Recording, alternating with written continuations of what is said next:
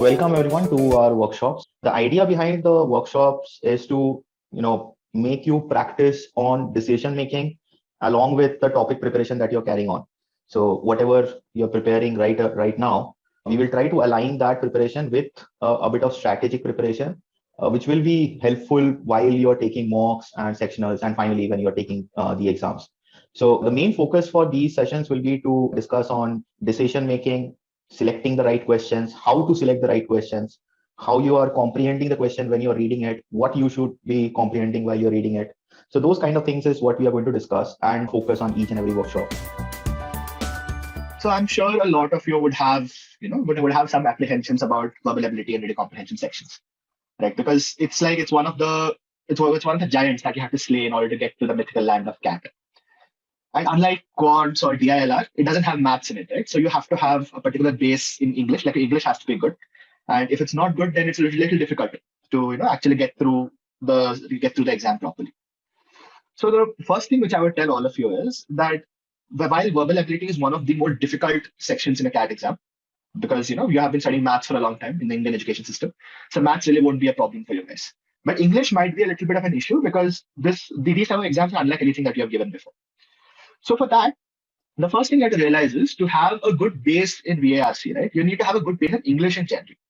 And the only way that you can achieve that is if you regularly read, right? The reading is like it's like the gym, it's like gymming for VARC. Like you go to the gym and you lift weights, right? Till your muscles build up and you're able to lift heavier and heavier weights. The same way by reading, you can build up that muscle in your brain, which helps you comprehend and understand, difficult words and complex passages faster. So that is the basic building block of any VRC strategy with regards to CAT preparation, that you have to read.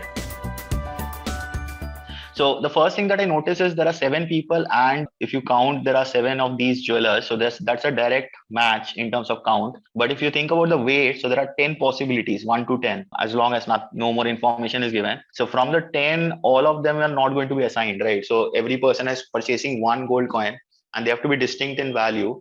So that's a mismatch. So the number allocation would also be something to deal with. Obviously, the final solution, I'm having a feel it will be sort of a tabular arrangement, but I have to also consider what should be my first priority: the number allocation or the store allocation. Which one should I work with first? So let me look at the additional information.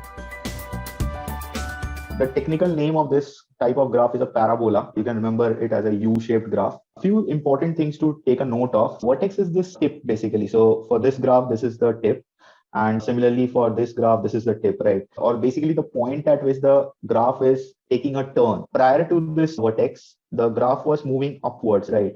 So after this, it changes direction and starts moving downwards. Now, the most important thing to note for a quadratic equation or the graph of a quadratic equation is it's always symmetric about this vertex. So from this tip, if you move rightwards or you move leftwards, the movement is symmetric. It is symmetric always up across this tip of this quadratic or the vertex in this case. So question number 2 is about the author Eric Blair's choice of pen name. Again, let's head back to what we had initially planned out, that giving names to the paragraphs. So just to make it a little easier for you guys, I'll just type stuff out here. So paragraph 1 and 2 were about the author and personal info about it. Paragraph 3 and 4 were about his professional career. Right? Actually, let's just make this paragraph 3. Then paragraph 4 and 5 are about his author's works. And paragraph 6 is just a conclusion, which is provided by the writer of the piece of passage. Right. So now that we have this in mind, let's see. According to author Eric Blair's choice of pen name is odd because. So pen name, which is a personal information, hence you know that you have to look in paragraph 1 and 2. So let's read paragraph 1 and 2 very quickly. So you can see here, it's given right here about his pen name. He adopted his pen name in 1933 when writing for the New Adelphi. Then they have followed that up by saying, perhaps surprisingly for a writer with progressive socialist views, he chose a pen name that stressed his deep and lifelong affection for the English tradition. So you can see that the choice of the pen name is odd because his pen name is at odds with his own personal, progressive and socialist views. So let's look at the option that best suits this, shall we? Number S is obtained by squaring the sum of the digits of a 2-digit number D. If S minus D is equal to 27, then the largest such 2-digit number D. Oh, wow. So S is squaring the sum of the digits of the 2-digit number D. S minus D is equal to 27. Largest such two-digit number D. I would not have solved it immediately. Maybe I would have marked it for review, but let me do it in sequence. So S is basically the square of the sum of the digits, right? And it's a two-digit number, so that is mentioned. We are looking for the largest such two-digit number. Great, but it is two-digit number. So I'm focusing on that because I'm seeing that S minus D has a difference of 27. So if I think about the sum of the digits, so S basically is square of that. So what I know is the sum of the digits. I cannot take 12 or something because if I take 12 square, for example, so 12 square minus something gives us 27. So this thing has to be a three-digit number, right? Because this is 144. 44 minus 27, that is a three-digit value. So what I know is straight away the sum of the digits of the number has to be less than 12, right? So if I take 11 square, then 11 square is 121. 121 minus 94 will give me 27, right? But this doesn't work out because 9 plus 4 is not 11. This S has to be sum of the square. So 94 doesn't work out. So this doesn't work out. If I take 10 square, 10 square minus 73 is 27. Yeah, this works out, right? 7 plus 3 is actually 10. It's the typical usage of context, like I was saying. A sentence in context which is placed, a word in context which is placed of a sentence. Might happen any one of them. So over here, as we can see, there's only one words. In multiple cases where you'll find there'll be phrases which are completely given, and it will choose the phrase which suits the sentence the best.